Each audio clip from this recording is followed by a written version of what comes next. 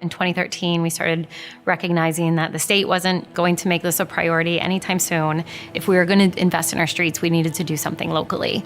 And so there was a movement afoot to look at what did we need to do, how much money could we raise. So at the time, we were coming to the tail end of income tax extension and made the decision to ask the voters to extend that income tax increase for 15 years and dedicate that funding to streets. When we went to the voters to ask them to support the extension of the income tax, the business community, our local chamber, not only supported that, but they also worked to help us get the word out about why it was so critical. You know, we have a truck that runs beer back and forth between our production facility and our warehousing, and when you blow tires and transmissions and things like that, those are big costs. And hitting a pothole, having a keg fly into a bunch of cases, and all those are ruined, that sets you way back. And those are the things that can happen if you don't have that infrastructure piece in place.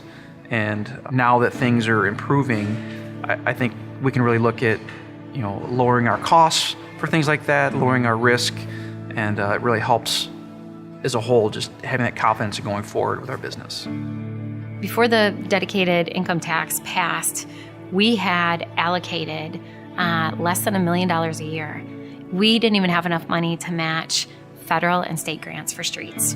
Come June of this year, so June of 2018, we will have invested in the last 3.5 years more than $70 million in streets.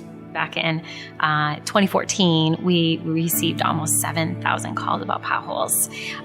In the last 3.5 years, we've reduced that by half. So we still have problems, we still have work to do, but the fact that over the course of 3 years, we saw a 50% reduction is really telling.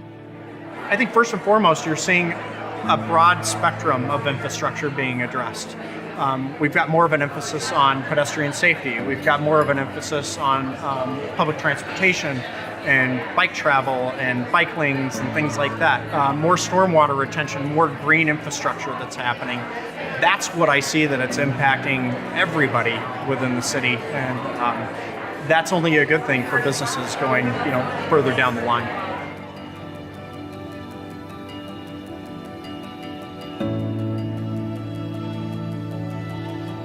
We need to look beyond just the street and the sidewalk that we can see, but recognize that there's a lot of infrastructure underground that we don't see that has also been neglected for a very long time. And the state hasn't invested in the infrastructure that we see on the street, and especially not the infrastructure we see underground. And we have stories all throughout the state talking about how when that infrastructure fails, it has a devastating effect on communities. We're so proud in Michigan to be the home of the Great Lakes. We need to recognize that so many of our decisions, particularly decisions that we make around policy and funding, impact our environment and impact our Great Lakes.